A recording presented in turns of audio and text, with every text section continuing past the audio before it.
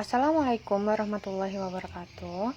Baiklah, jadi di video kali ini saya akan membangun IRD menggunakan SQL Developer, Data Modeler pada perusahaan. Sebenarnya sama seperti video kemarin perusahaan, cuman di sini entitasnya akan berbeda, sangat berbeda ya. Yang pertama kita masuk di logical, kemudian kita membuat entitasnya. Entitas yang pertama yaitu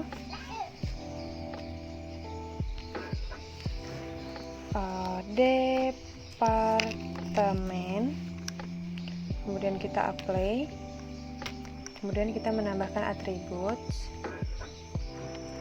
yang pertama yaitu nama departemen, kita singkat aja. Data type-nya logical, short type-nya varchar, kemudian size-nya kita buat 15. Kita pilih primary UID, kemudian kita apply, kemudian kita tambah atribut selanjutnya yaitu masa jabatan, kita tambah logical, kemudian varchar, size-nya kita buat 5. Di sini kita memilih mandatory, kemudian kita apply, kita oke. Untuk entitas yang kedua yaitu supervisor, kita apply, kemudian ini kita tambah atribut. Yang pertama yaitu nama SPF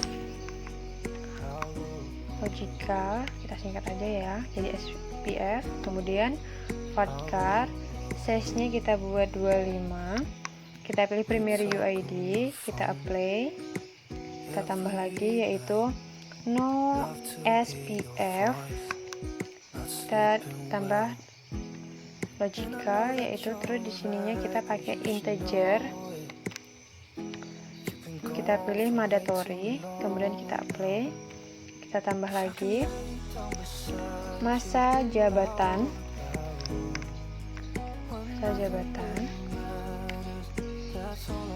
varchar, kemudian di sini kita tulis 7 mandatory, kemudian kita apply, kita oke.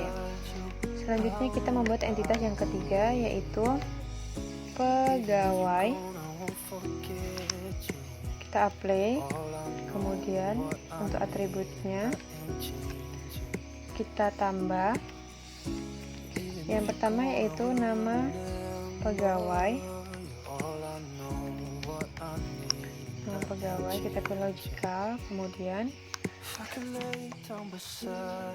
varchar, nama pegawai kita di sini buat 30, kemudian pilih primary UID, kita apply, kita tambah nama pegawai, habis itu no pegawai, kita pilih integer, kita pilih mandatory, kita apply, kita tambah lagi yaitu masa jabatan logical, kemudian varchar, size-nya kita buat di sini 6, mandatory, kemudian kita apply, kita oke. Entitas keempat yaitu proyek, kita apply, atributnya nama proyek,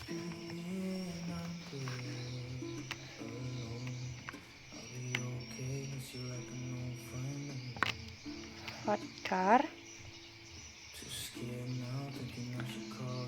size-nya kita buat 18, kita pilih primary UID, kita apply, kemudian kita tambah lagi masa kerja proyek, logical, varchar, Kemudian size-nya kita buat 9. Kita pilih mandatory. Kemudian apply. Oke. Sudah terbentuk 4 entitas. Untuk menggabungkan keempat entitas ini diperlukan yang namanya relasi. Yang pertama kita akan membuat relasi antara departemen dan supervisor.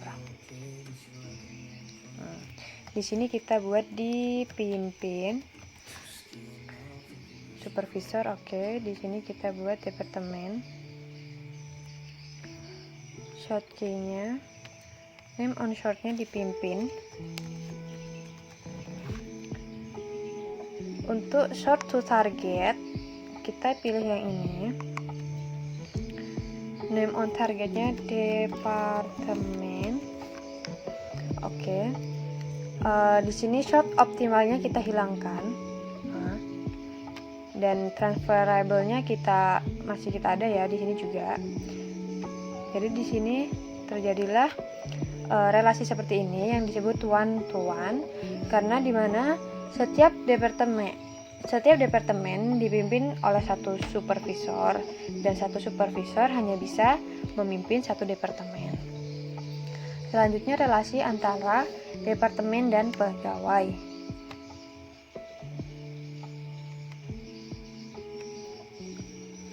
Relationnya di sini kita buat memiliki. Di sininya departemen. Short key-nya, name on site-nya memiliki. Name on targetnya departemen. Short to targetnya kita buat ya, yang di sini kita ganti. Dan di sini short optimalnya kita hilangkan. Maka menjadi relasi seperti ini. Kenapa? Karena setiap pegawai hanya bisa bekerja paling sedikit pada satu departemen, dan sebaliknya setiap departemen memiliki paling sedikit satu pegawai. Kemudian kita membuat relasi dari pegawai ke proyek. Di sini kita bekerja dalam pegawai,